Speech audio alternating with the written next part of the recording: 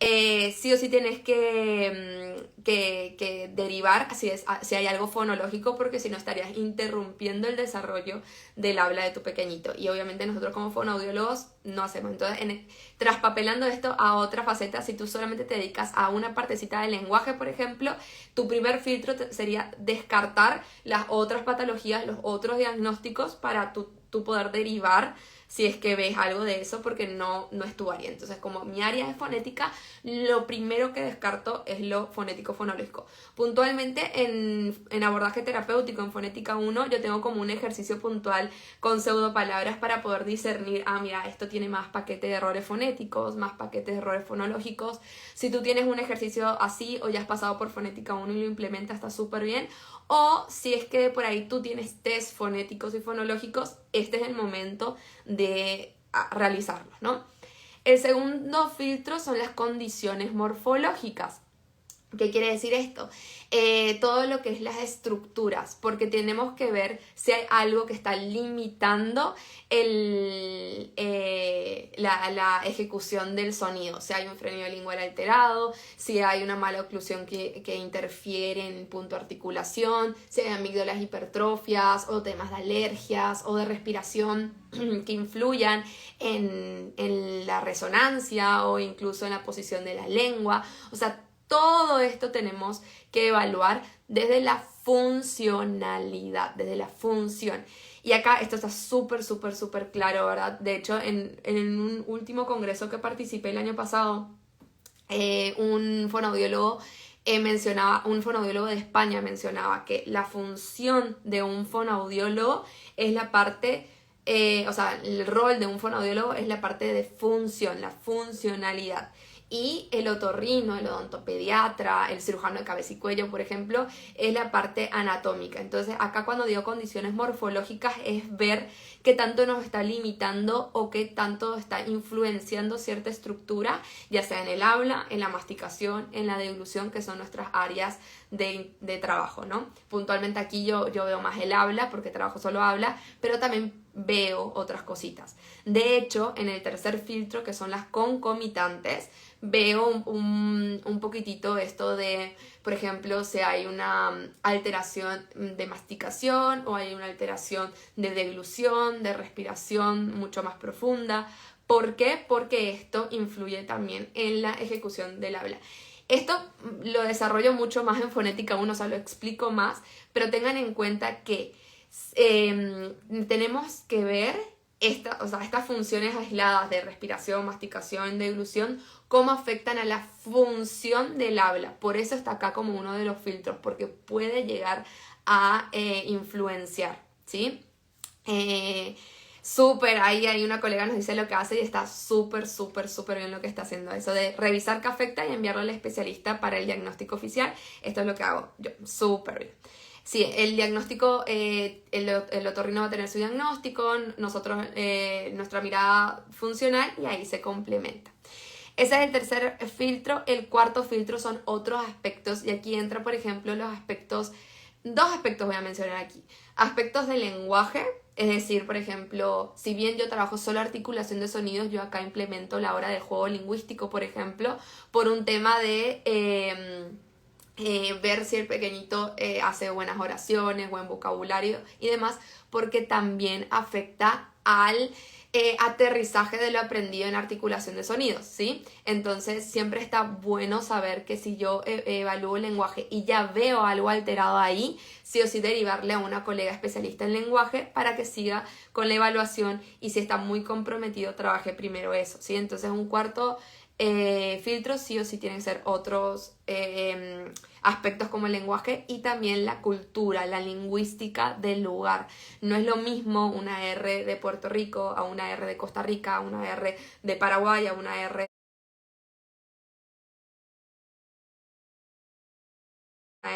de Chile y así, ¿verdad? O sea, la producción también difiere. Incluso dentro de un mismo país, según las regiones, puede cambiar.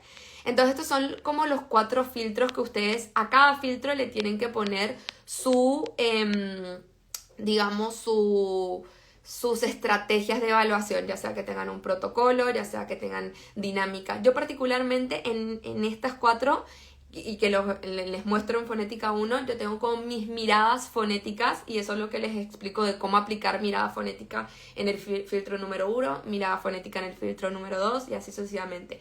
Si ustedes tienen ahí sus estrategias en ese orden, o sea, esos 4 filtros no tienen que faltar en su evaluación.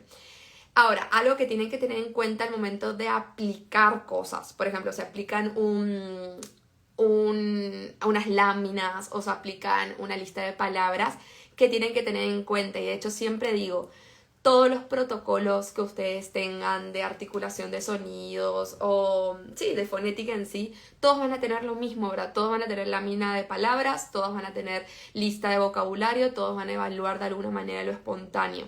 Todos van a tener lo mismo. Sin embargo, lo que realmente nos hace fonoaudiólogos es entender cómo lo estamos aplicando, entender cómo lo estamos haciendo. Entonces, ¿qué hay que tener en cuenta para que realmente nosotros estemos haciendo bien nuestro trabajo como fonoaudiólogos aquí? Es que esos materiales que nosotros estemos aplicando tengan 2 cosas importantes. Los rasgos fonéticos. Ay, Flor, gracias, desde Uruguay, un besito.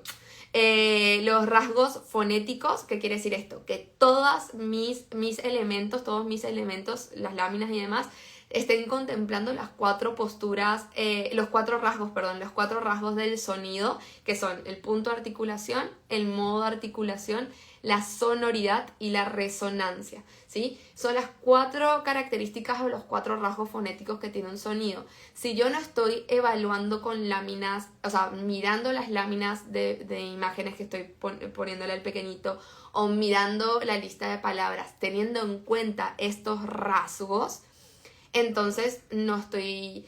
O sea, la idea aquí es que no hagamos de automático nomás, tipo repetición de palabras y ya está. No, es repetición de palabras, pero yo como fonoaudióloga atenta a los rasgos del sonido, de ese sonido que estoy evaluando.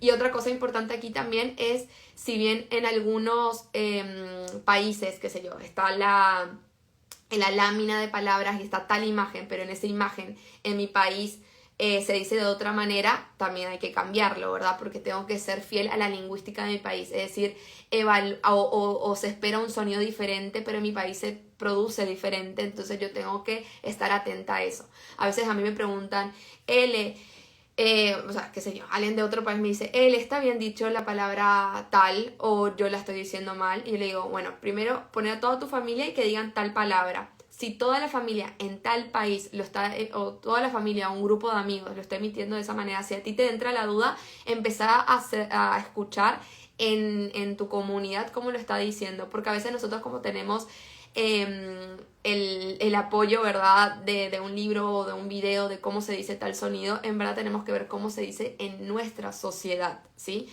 En nuestra cultura. Una doble L es diferente en muchas partes de Latinoamérica, por ejemplo, o una R es diferente en diferentes partes de Latinoamérica.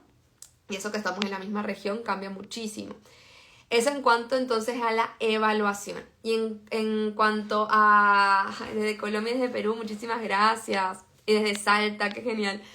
Entonces, ahora vamos a ver la distinción, ¿sí? Los rasgos del sonido RO es punto de articulación, modo de articulación, sonoridad y resonancia. Son las 4 características que todos los sonidos del habla tienen. Y de hecho nuestra terapia es a esos rasgos.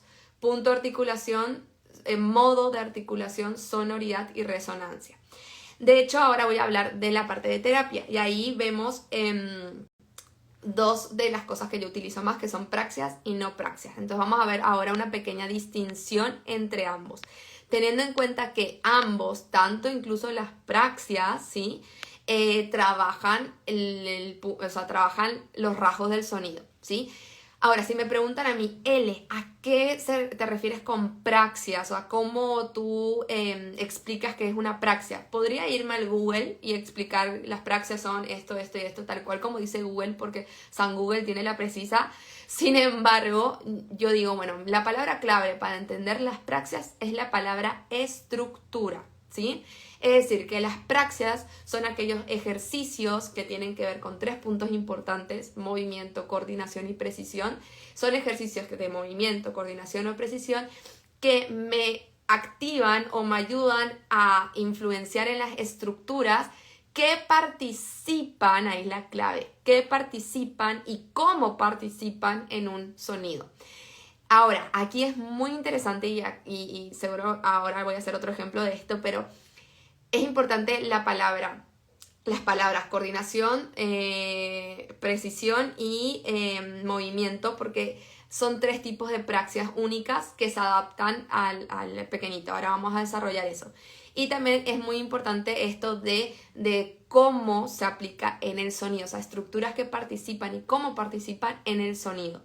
¿Por qué? Porque va a haber praxias de lengua, como esta de aquí, que sí, es una praxia de movimiento de lengua, es una praxia isométrica de lengua, isotónica, perdón, de lengua, sin embargo, no aporta a ningún movimiento que aparece en algún sonido del habla. Entonces ahí ya empezamos a filtrar algunas praxias que ya no se pueden utilizar dentro de la articulación de sonidos, ¿verdad? Obviamente, dentro de la articulación de sonidos. Entonces, esta es la definición que tengo yo como praxia. Y ahora lo que les voy a comentar es un poquitito aquellos criterios para saber si estamos utilizando bien las praxias. Por un lado, estamos utilizando bien las praxias si hacemos una retroalimentación auditiva, es decir, hacemos la praxia y a la par de hacer la praxia, nosotros estamos fomentando ya sea aisladamente el sonido o palabras con el sonido buscado, como para que la pequeñita o el pequeñito sepa que esa praxia la va a utilizar en esa palabra. Los rasgos fonéticos, que son los 4 que mencioné anteriormente, es decir, que las praxias tienen que acercarte al rasgo fonético de punto y modo de articulación como mínimo, o por lo menos no alejarte. Por ejemplo, esta de aquí, esta aleja, porque no hay ningún rasgo fonético de ningún sonido que aplique esa praxia, ¿verdad?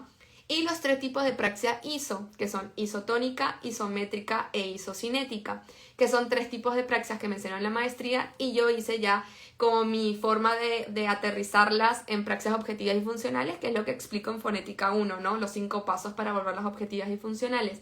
Pero estas son las 3 praxias que en base a esas vos tenés que hacer tenemos todos, ¿verdad?, que hacer nuestros ejercicios de praxias. Es decir, no son praxias de lengua, no son praxias de labios, no son praxias así aislado, sino son praxias isotónicas, isométricas e isocinéticas adaptadas a la necesidad del pequeñito. Y luego está el puente lingüístico, que es un término que yo inventé, que ustedes le pueden llamar como gusten, ¿verdad? Es solamente para situarnos en la idea.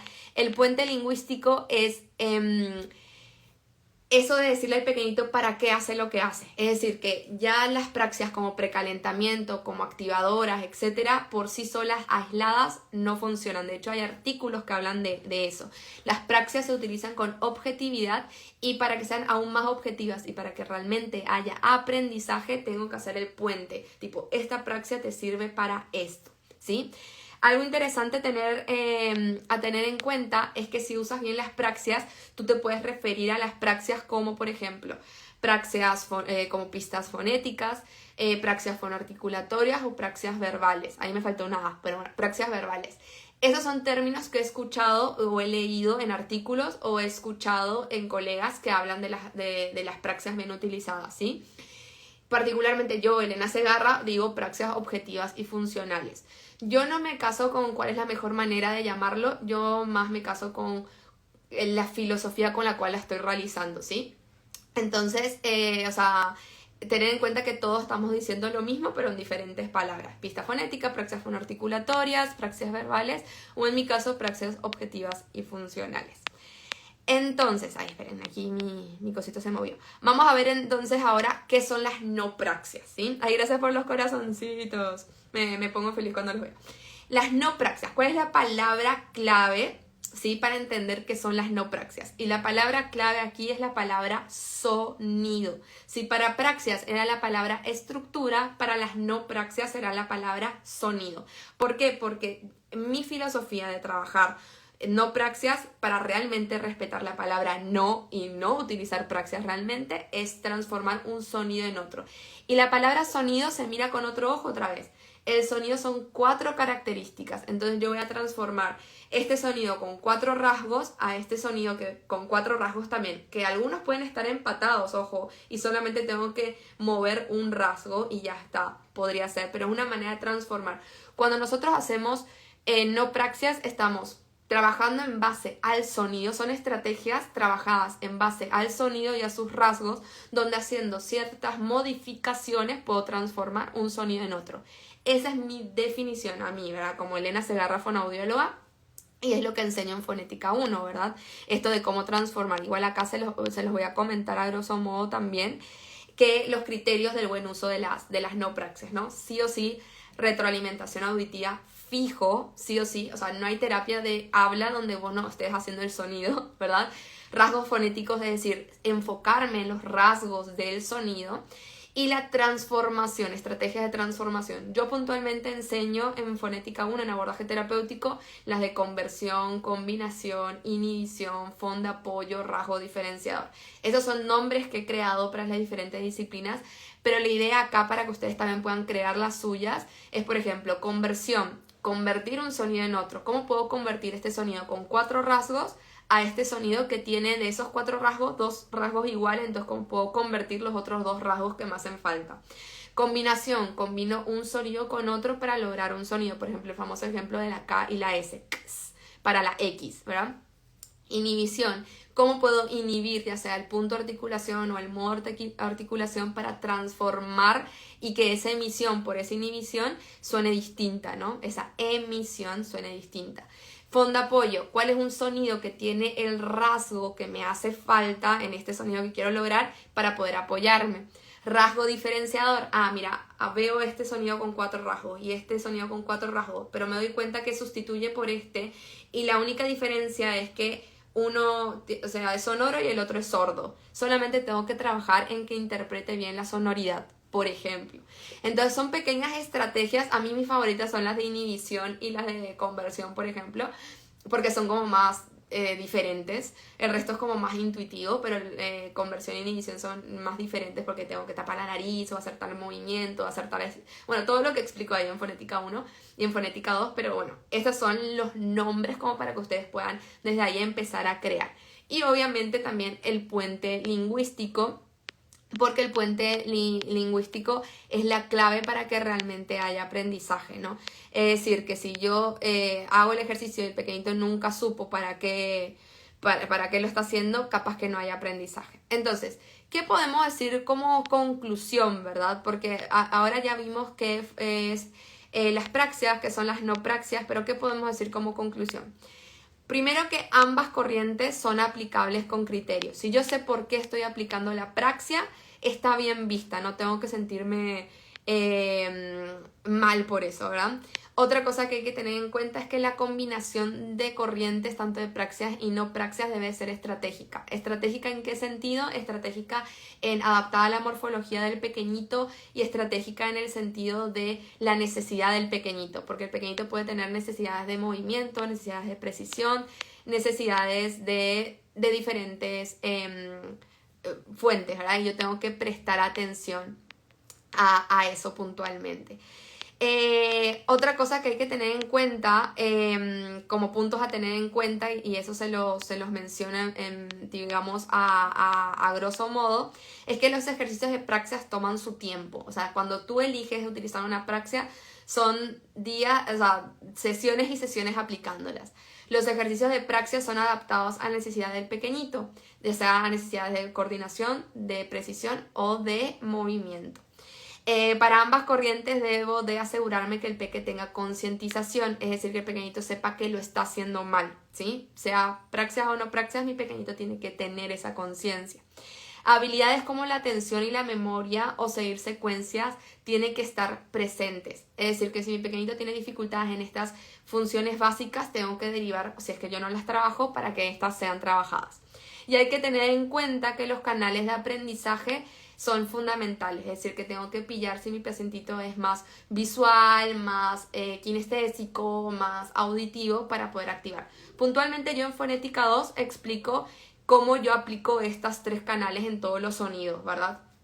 porque a mí se me hace difícil como detectar cuál es el canal primordial o primario de mi pequeñito. Entonces yo hago los 3 canales de manera estratégica, ¿no?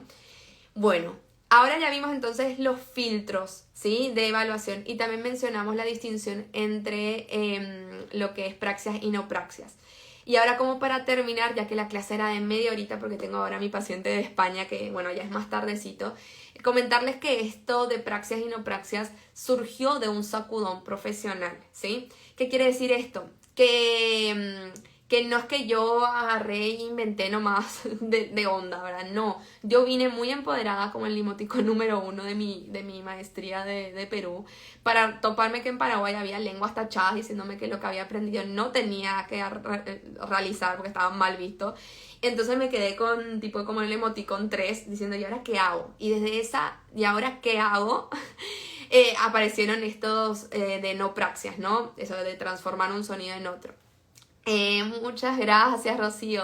Entonces, aquí me despido de ustedes porque tengo mi pacientito que tengo que atender, y cualquier duda que tengan sobre cómo participar de los diferentes webinars gratuitos que tengo, de fonética y demás, me pueden escribir. Voy a poner una historia ahora en las historias de Instagram con mi link del WhatsApp, o si ya lo tienen, me escriben por ahí. Hay un grupo de avisos donde aviso todos los meses los webinars y cosas gratuitas y los talleres, porque está con costo de inversión también, entonces para que estén al tanto de eso. Y actualmente está vigente Fonética 1 y Fonética 2. Siempre es un placer participar de todo. Gracias, Euge, gracias, Mabel, súper clara como siempre. Gracias, Bettina, muchas gracias, Elena, gran contenido de valor nos acabas de dar.